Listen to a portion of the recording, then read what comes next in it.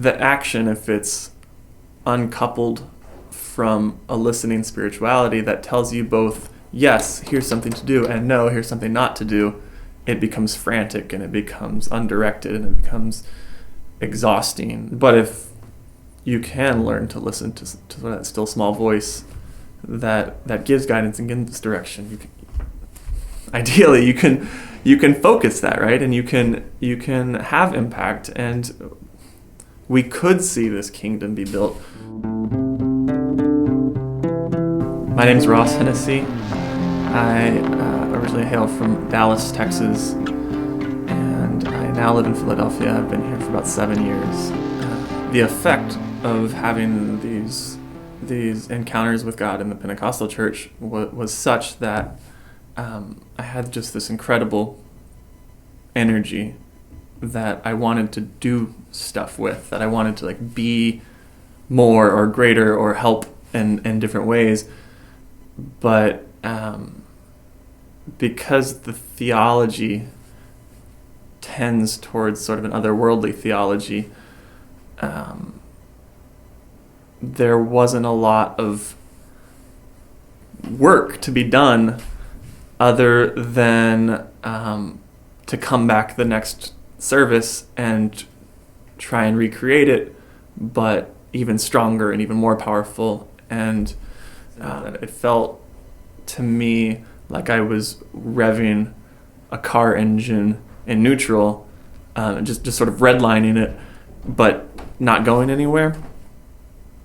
So what I found in Quakerism was all of these opportunities for work.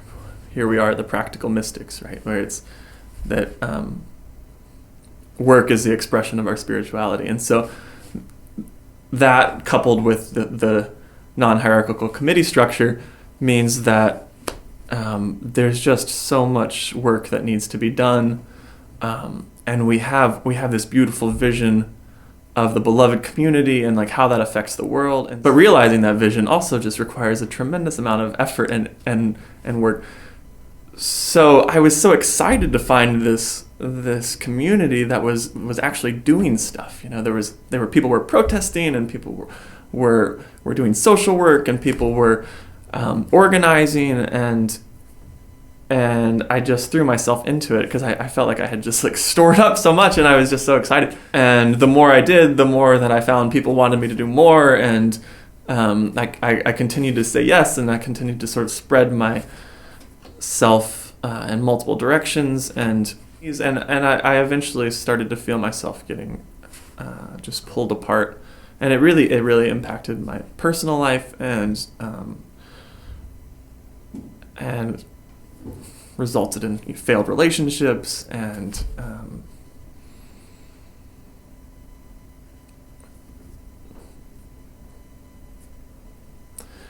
I wouldn't say an exhaustion, but just a frustration with feeling like I was just doing so much and not seeing results, and hurting myself, and feeling sort of encouraged to continue to do so.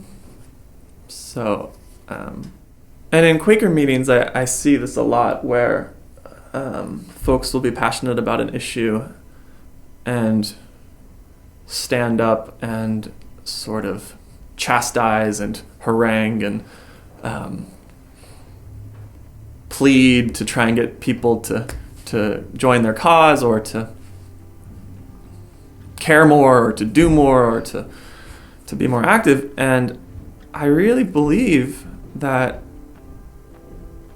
that's counterproductive, and that if you want people to do more and to help more and to care more, it has to come out of sort of an internal reservoir. So I guess I would encourage, I just wish that I could encourage Quakers that really want to see change to say yes, in the way that we get there, the way that we organize and energize the Religious Society of Friends is by encouraging people to plug in.